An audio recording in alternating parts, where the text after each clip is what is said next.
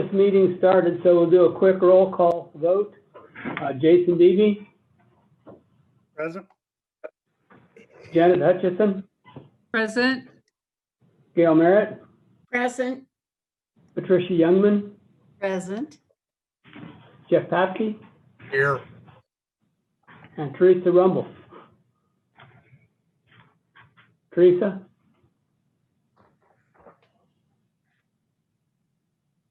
Teresa, I don't see you yet, so check in. Okay, we'll check on her later and Mayor's here. So with that, let's please join me in the flag salute. I pledge allegiance to the flag of the United States of America and to the republic for which it stands, one nation under God, indivisible, with liberty and justice for all.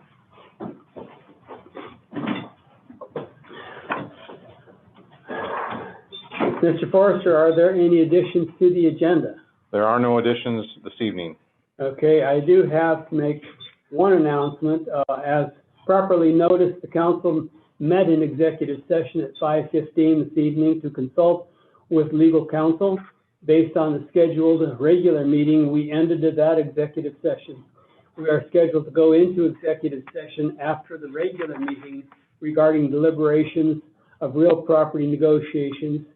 As we were unable to finish our first executive session, we will also use the executive session later tonight as a continuation with legal counsel.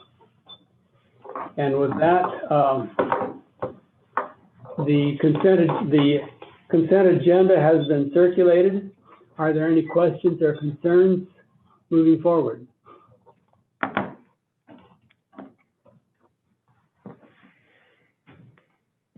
Hearing none, is there a motion to approve the consent agenda as circulated?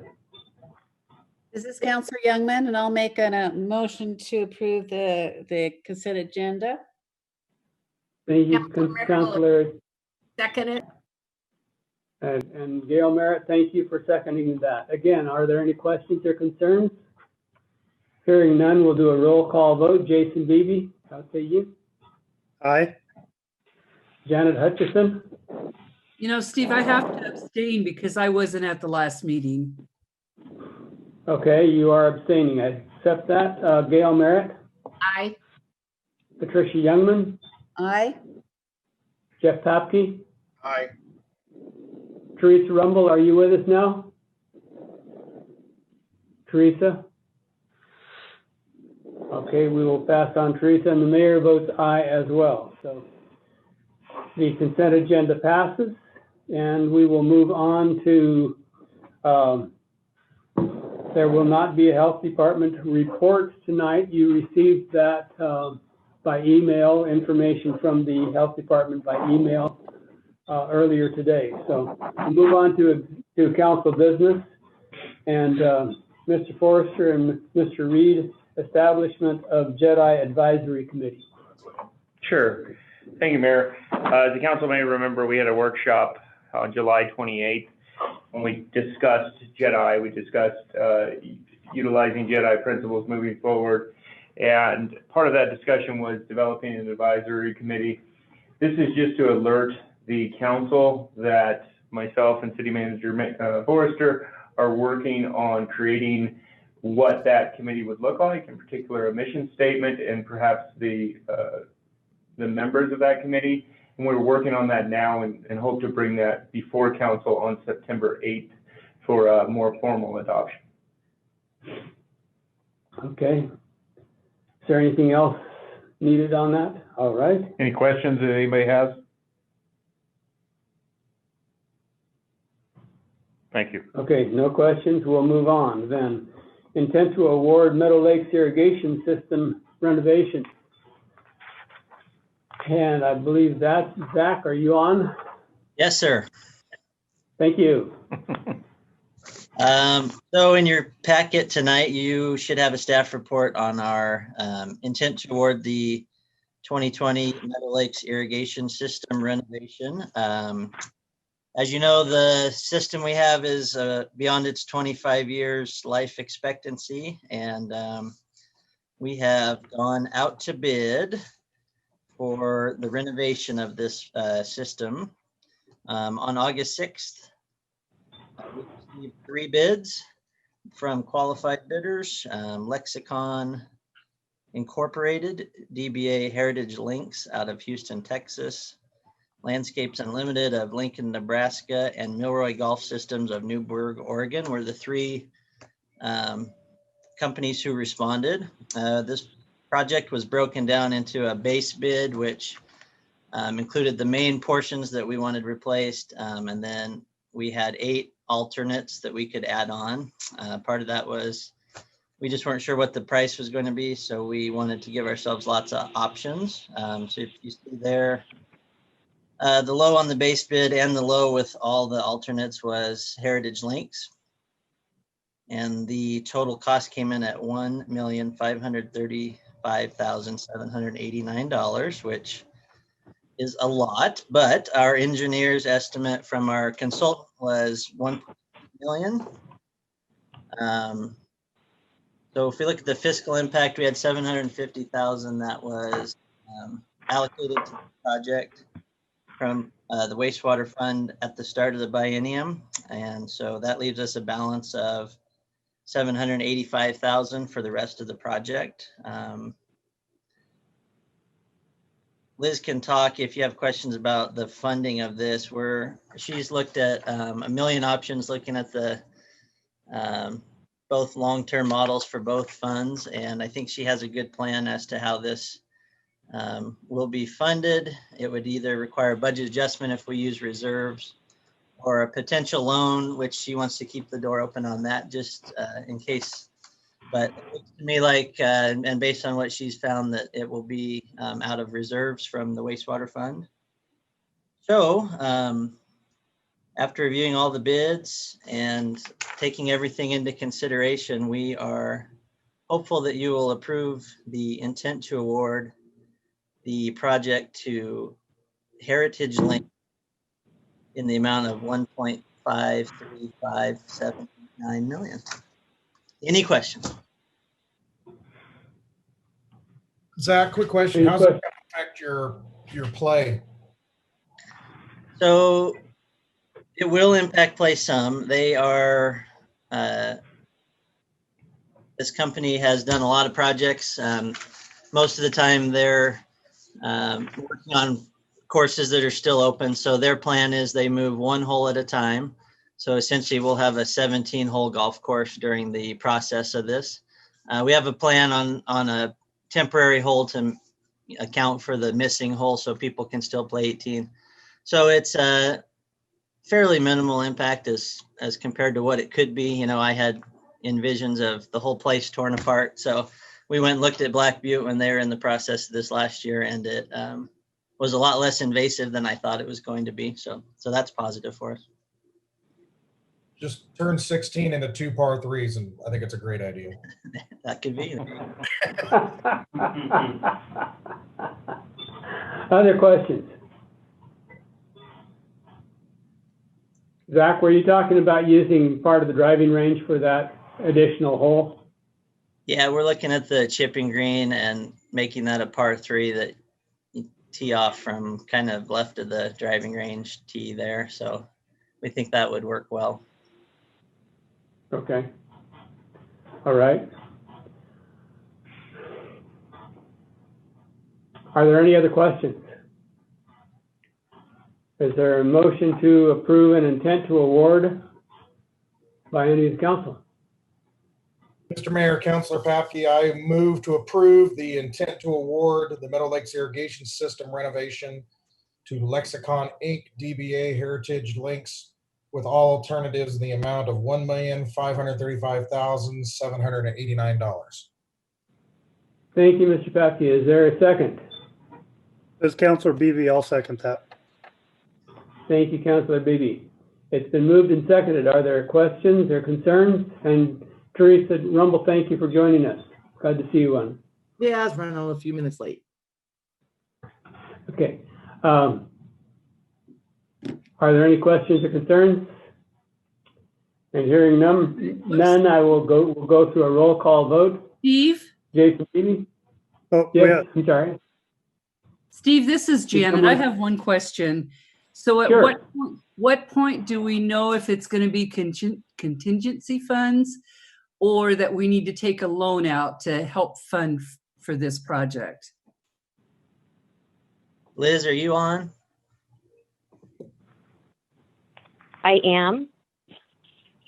Well, we're still reviewing all of the options, Janet. I've been working with a municipal advisor for some other projects, and I'm going to have her look at this opportunity also. And then I've worked the fund forwards and backwards to find out the best possible way and the least amount of impact on both funds. And I think that we could probably borrow the portion of the money from the wastewater fund by increasing the transfer in the first year.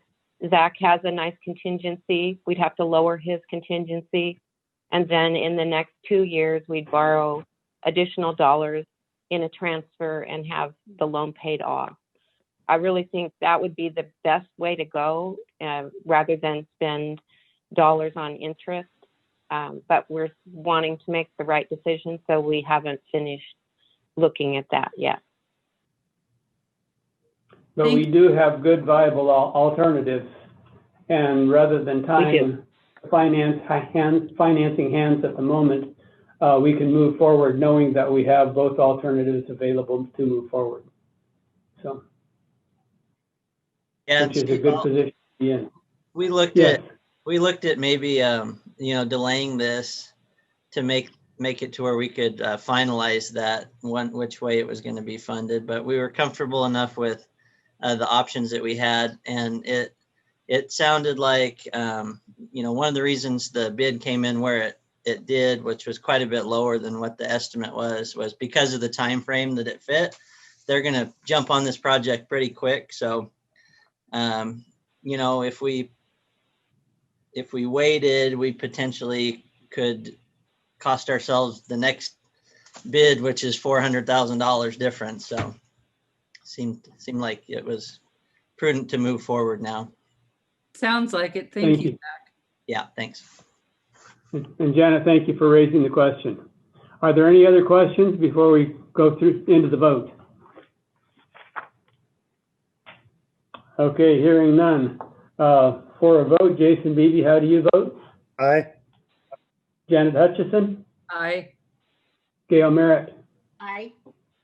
Patricia Youngman? Aye. Jeff Papke? Aye.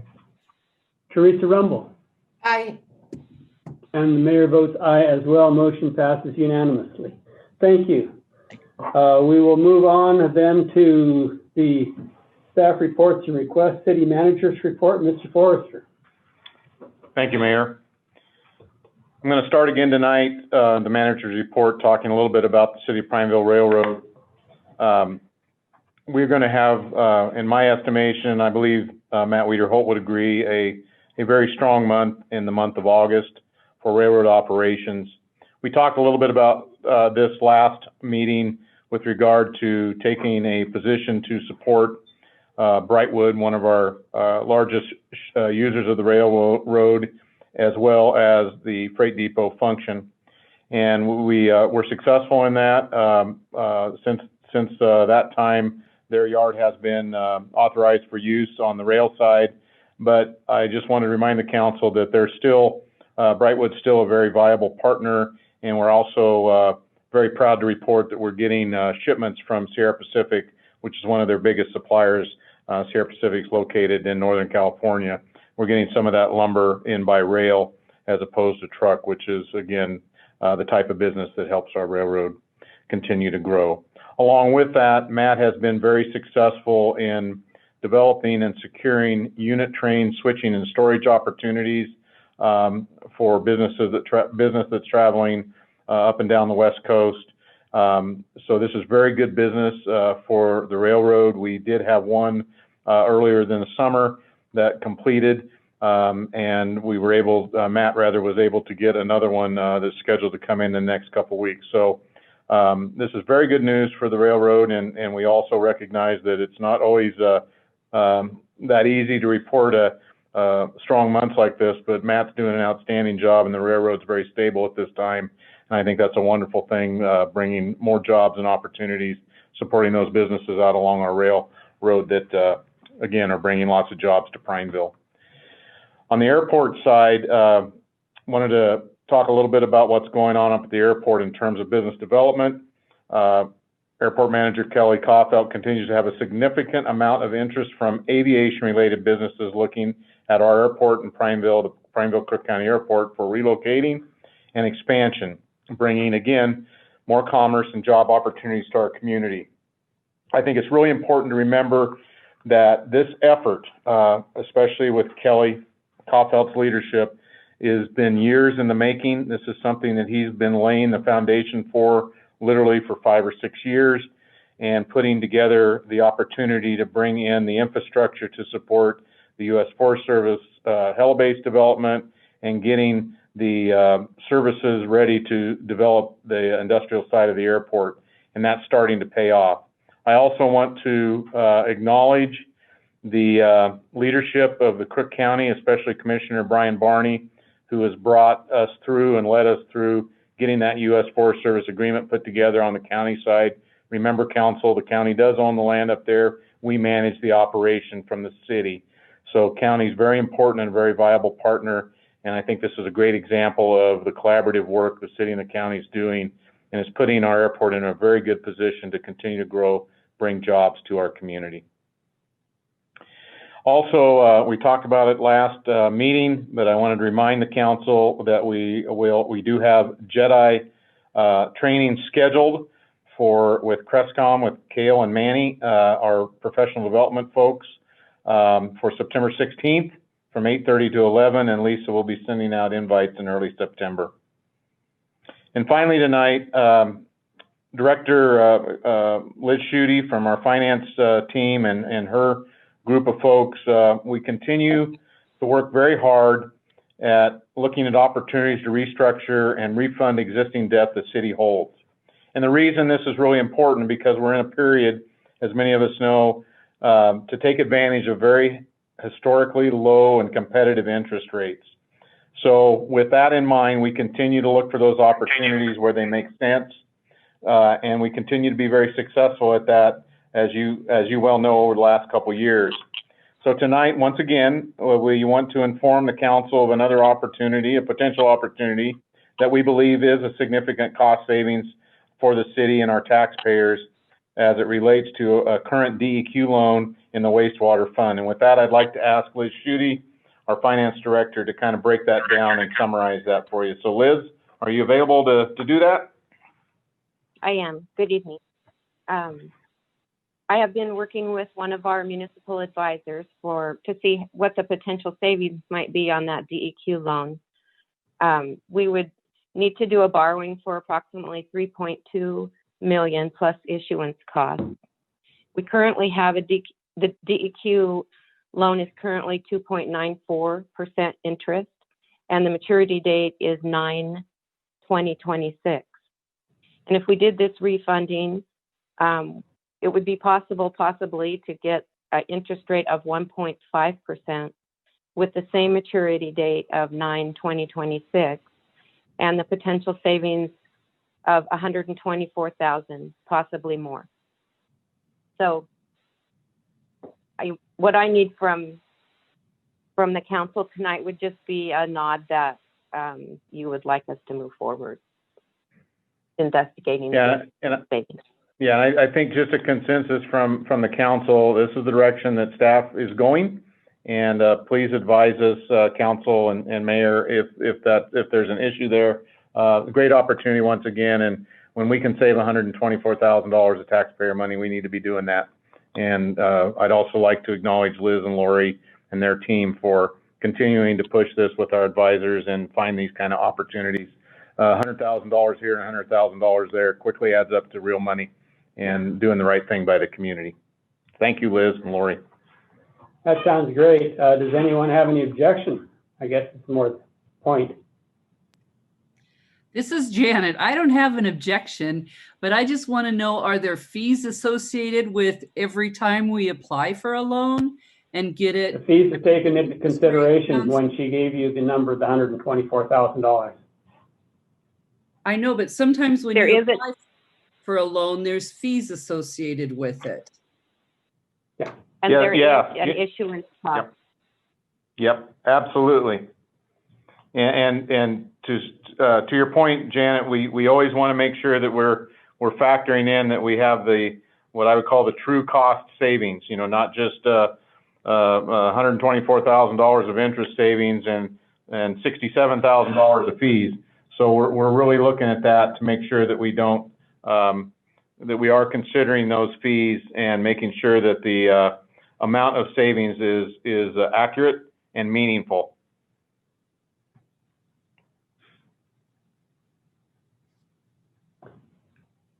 Any other questions or concerns? Hearing none, I'll take that as a support for moving that forward. Yeah. Mr. Forrester, was there anything else? No, that concludes my report unless there's any other questions. Any questions from the council of the manager? Okay, before we get into Liz Schuette's presentation and Larry Hooper's presentation, are there any council committee reports? I have one. Yes. From the Ochoco Forest Restoration Collaborative. And in that meeting, they talked about the Bellwether project. And it contains 39,000 acres, sorry. It's adjacent to Black Canyon Wilderness. It's mostly fir trees. They're doing this in coordination with the State Department of Forestry, and it's part of the Healthy Forest Restoration Act. So there'll be 1,500 acres commercial thinning and 500 acres non-commercial thinning. And trees that are harvested are going to be less than 20.9 dBH. And there's also a biomass component involved in that. So it's a low volume of 4 to 8 inches dBH category. So, and then the second one was the Team 21 update, where they're looking at, the draft EA is out on the right now for comment, and it's to allow for harvesting of trees that are 21-inch dBH or higher. And that concludes my report. Janet, thank you. Are there any other reports? Okay, I serve on behalf of the city as well as COCO board on the Schuette Basin Water Collaborative, and we met yesterday virtually.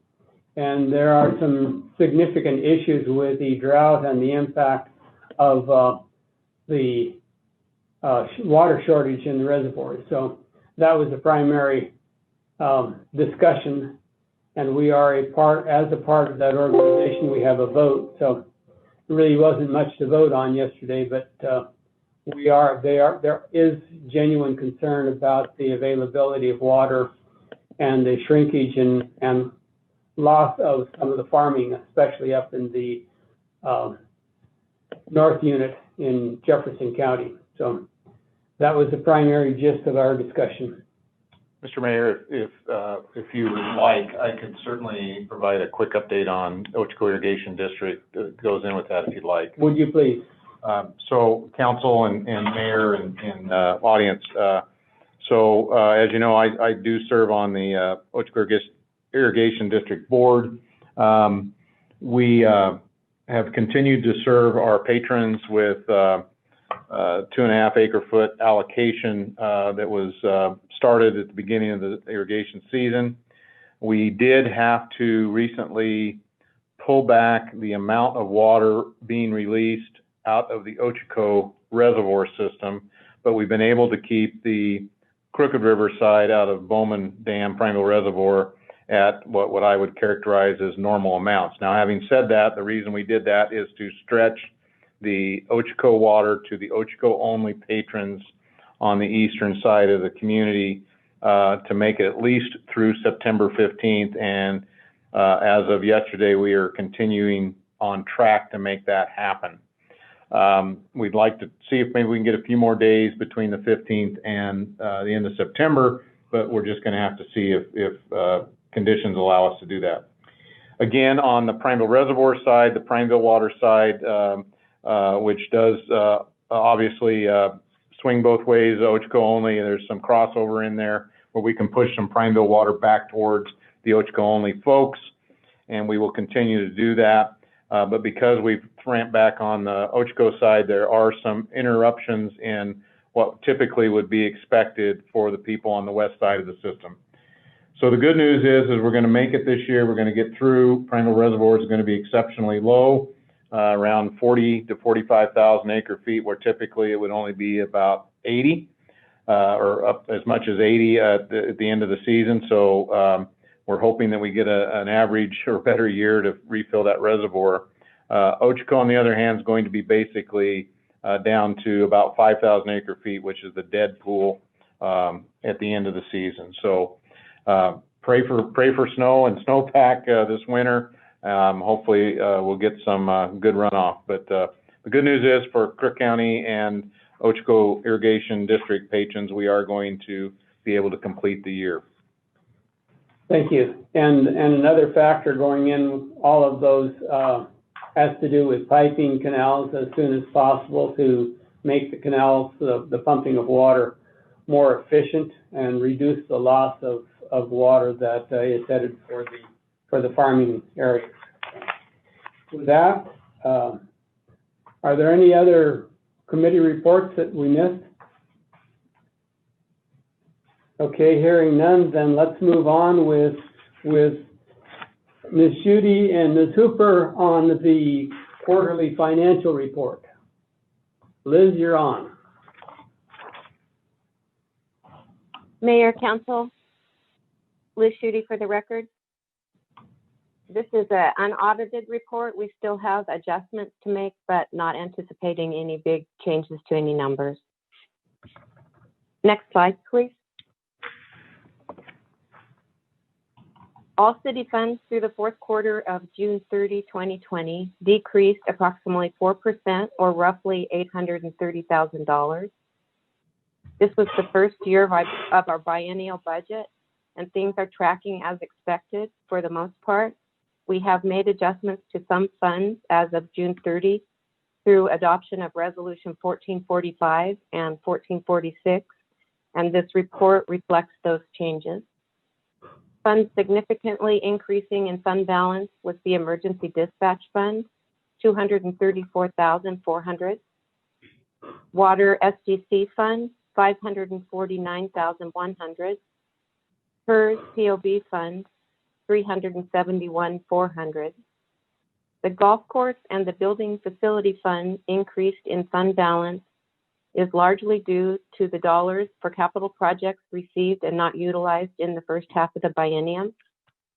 General Fund received $191,600 more than expected from combined taxes, which include property, transient lodging, and franchise fees. The Emergency Dispatch began the year with approximately $130,000 more than estimated for beginning fund balance, received approximately $75,000 more in intergovernmental revenue, and on the expenditure side, personnel expense was down roughly $168,500. The Water SDC Fund increased fund balance due to the reimbursement transfers from wastewater and the timing of the ASR project. The Building Facility Fund in the police facility budget received $2.4 million in new dollars this fiscal year. The project is continuing forward into FY 2021. Funds showing significant negative change to fund balance are the Transportation Fund, Transportation STC Fund, Wastewater and the Water Fund, and all have to do with budgeted capital projects, pending reimbursement, or the timing of completion. Some of the projects had budgets in the coming year, and the dollars were spent during the last fiscal year. This is the beauty of the biennial budget, and it gives us that flexibility. Next slide, please. The general fund started out the year with a larger beginning fund balance than budgeted in the amount of approximately $235,000. The fund is estimated to end with approximately $2.3 million. Increase in fund balance totals roughly $215,500, approximately $216,100 over the year end. Revenue collection was at 103% of the total budget, collecting $205,400 more than budgeted. Revenue over expenditures is roughly $191,600. Looking at the biennial budget expenditures, they are tracking with approximately 42.74% of the budget remaining. Next slide, please.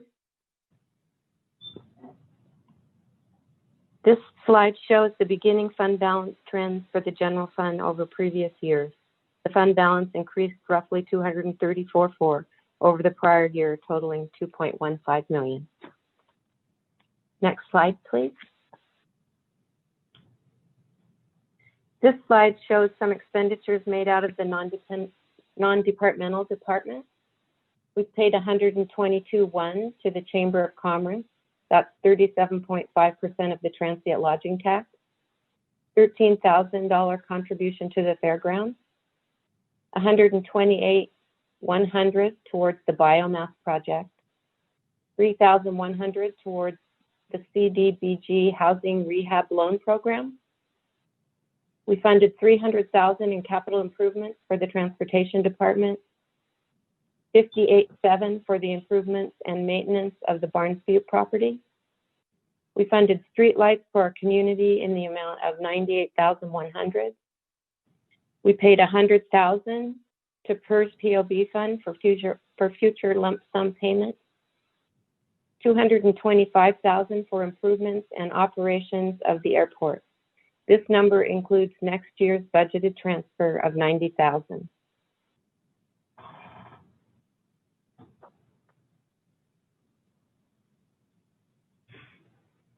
This is current property tax collection for FY20, came in at roughly $2.23 million, an improvement over the prior year of $100,000. Next slide, please. Delinquent property tax increased slightly over the prior year. Collected tax came in at $63,200, approximately $6,000 more than in FY 2019. Next slide. Transient lodging tax revenue came in lower than budgeted at $326,000, approximately $106,000 less than the prior year. Franchise fee collection for natural gas. And I just noticed, and I apologize, that the names of what the columns are missing. So the first bunch of blocks to the left, that's natural gas, and it increased slightly in 2020, roughly $10,600 over the prior year, coming in at $121,800. Cable TV collection decreased roughly $2,900 over the prior year revenue at $47,300. And electrical franchise fees totaling approximately $3.03 million, an improvement over the prior year of approximately $267,000. Next slide, please. This slide shows the property tax collection versus electrical franchise fee collection. Our property tax used to be our largest source of revenue in the general fund. In FY17, we received approximately $230,000 more in electrical fees than in property tax, and this trend has continued. In FY 2020, we collected $730,600 more in fees than property tax.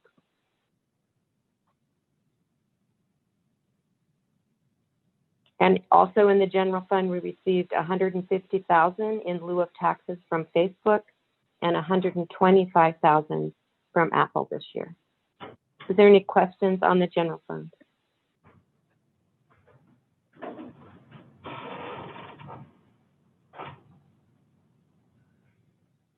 Hearing none, moving to transportation fund. The transportation fund received 100% of its revenues in FY20. State revenue sharing, miscellaneous revenue, and interest offset the decrease in gas tax received. Expenditures tracking with budget coming in at 86%. Fund balance decreased approximately $168,300 over the prior year due to capital improvements in FY20 totaling $970,000.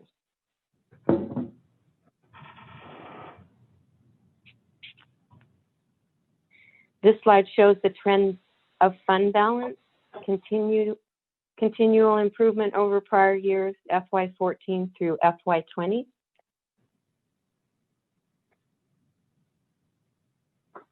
State of Oregon gas tax decreased approximately $13,100.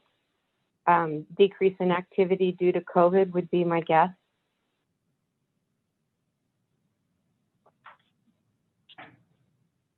This is a trend of capital improvements. Prior year total was $1.09 million. In FY20, the improvements totaled $882,000.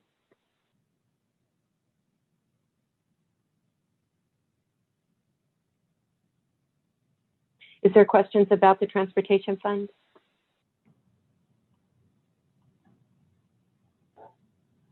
In the PERS POB fund, I'm happy to say that we had perfect timing for the State of Oregon side account program. It is no longer available to many cities. They have locked out. We were able to deposit $800,000 in the side account last year and have received a rate credit of $65,041 as of 6/30 for the fiscal year FY20. And to date, we have received $80,013 in rate credit.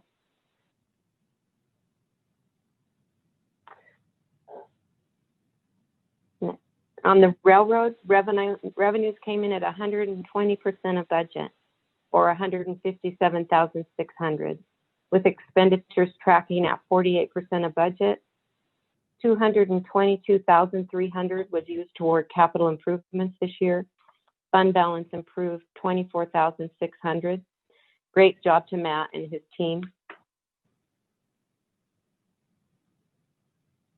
This slide shows the trend in fund balance from 2010 to 2020, or excuse me, 2020, with continual improvement from 2016. In 2016, fund balance totaled $663,900. In 2020, $1.13 million, an improvement of $493,900.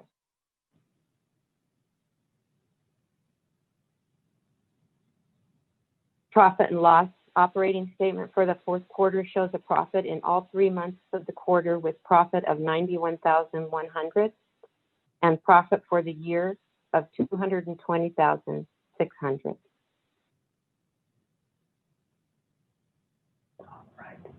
Charges for service increased in all areas over prior year except car repair, totaling $945,200 for the railroad and freight depot combined. Is there any questions about the railroad?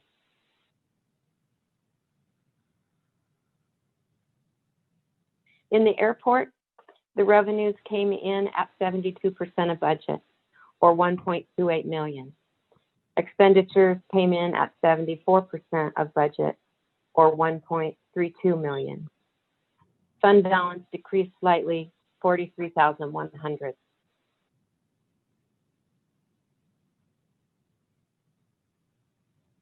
Charges for services were down roughly 36%. The price of fuel has gone down in comparison to the prior year, and the hangar rent has slightly decreased.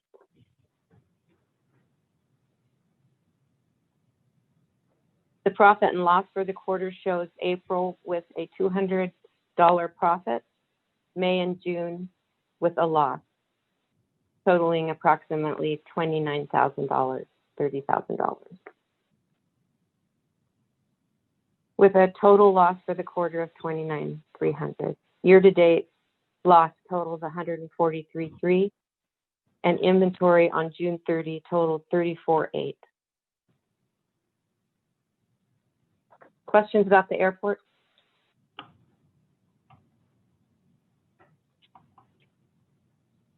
The Golf Fund came in at 103% of revenue budgeted, or $1.99 million.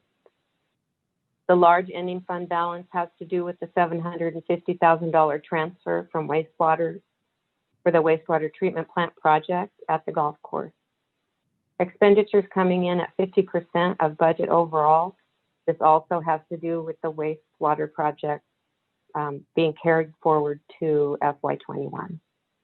If you take out the $750,000 from the projected ending fund balance, it totals approximately $70,500 increase in fund balance. Nice job, Dak and his team.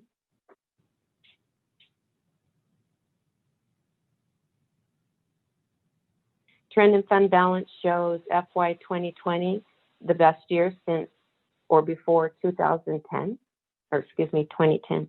That's right. I don't know what's wrong with me.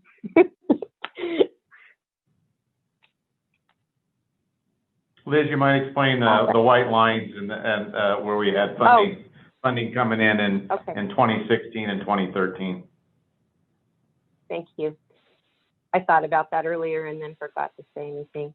So in 2013, we got a loan.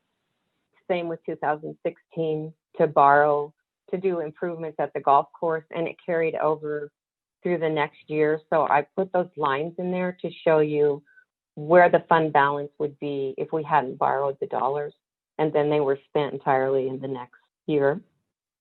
We're going to need to do the same thing in 2021 because we have this huge $750,000 that doesn't have anything to do with fund balance, and it's nice to be able to tell how he's doing as far as maintaining his fund balance. Thank you, Steve. So the profit and loss statement shows a profit in all 3 months of the quarter, with an overall profit for the fourth quarter of approximately $123,300. The year-to-date profit, $218,200, and year-to-date prior year was $163,800. So he did really well this year. Charges for service, prior year comparison shows an increase in golf from prior year of roughly $34,900, coming in at $818,700.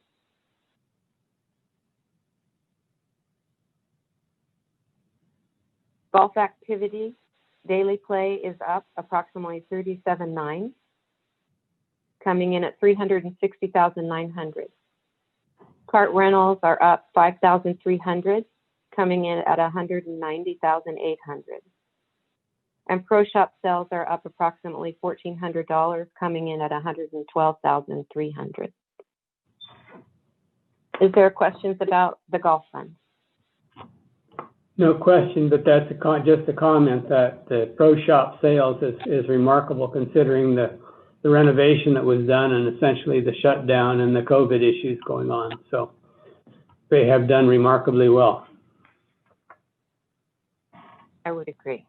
And that's our fourth quarter report for 2020. Thank you very much. Thank you. Are there any questions from the council?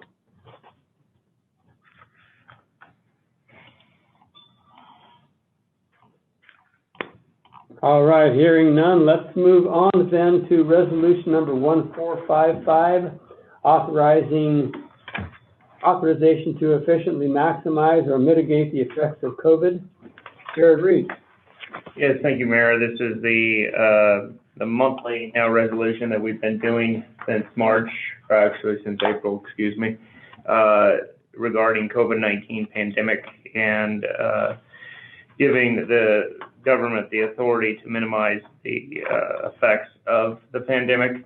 It needs to be renewed annual or monthly, And at this current time, it is still a national emergency, a state emergency, and a county emergency. Just for trivia, apparently today was the 6-month anniversary of the first COVID-19 case. Are there any questions?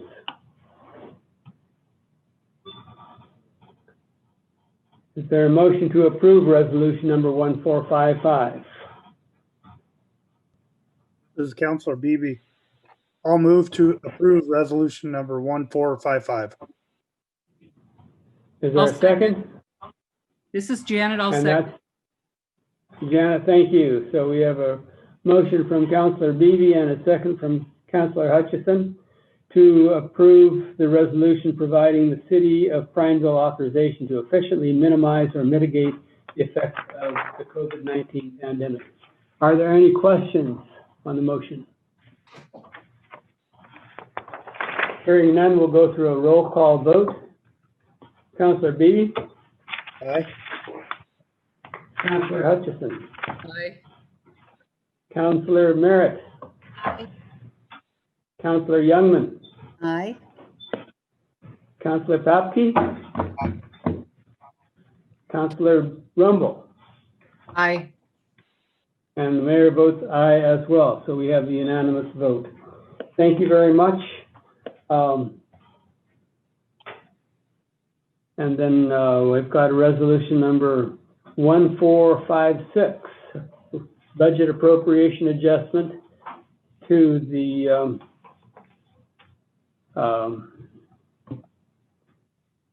for Liz Schuette. Miss Liz? Yes.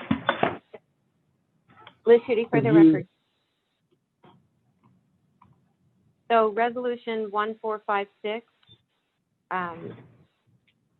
reflects Department Information Technology, and it is to provide additional dollars for the 911 upgrades and additional costs associated with the COVID-19 pandemic. A budget adjustment from contingency is needed to cover expenses, and prior to year end, a supplemental budget will need to be done to recognize additional costs and revenue reimbursements. The IT department has begun working on the 911 upgrade citywide, which includes all users of the system. The city orders and installs the equipment for the users, and they reimburse the city. COVID-19 needs from the IT department are ongoing, and the department is overwhelmed. State reimbursements are coming in for costs incurred this far. Future costs are unknown at this time, but they are expected to be reimbursed by the state. Expenditures for the 911 upgrade through 6/30 total approximately $649,800, with reimbursements totaling approximately $520,600. COVID expenditures through 6/30 totaled approximately $46,600 and have been reimbursed, and we have been reimbursed for those costs. Recommendation is that staff recommends approval for the resolution 1456 for the budget adjustment to the IT department. Are there any questions from the council?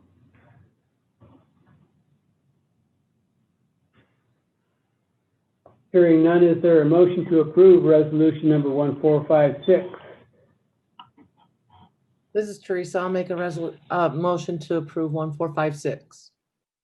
Thank you, Teresa. Is there a second? This is Patricia, and I'll second that.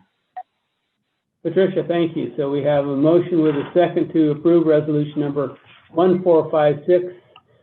The city council for the city of Prineville, just a second, for the budget adjustment.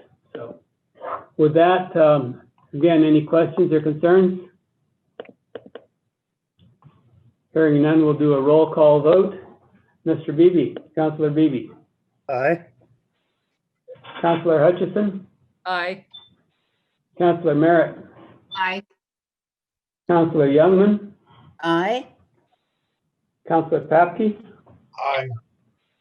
And Councilor Rumble. Aye. And the mayor votes aye as well. So we have a unanimous vote on that. And last on the agenda is that all public comments that were submitted prior to 4 p.m. today are posted on the city's website for visitors' appearances and requests.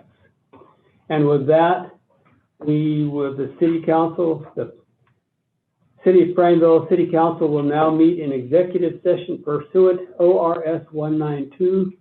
Am I correct in moving this, or is there something more we need to do prior? We need to close the public meeting, then we'd go into executive session because we don't anticipate right. coming I'm back sorry. into public meeting. Okay, we will not be coming back into public session following the executive session that we are about to close for. So with that, do we need a motion to adjourn? Motion adjourned. Is there a motion to adjourn?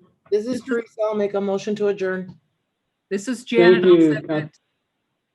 Okay, Councilor Rumble moved and Councilor Hutchison seconded.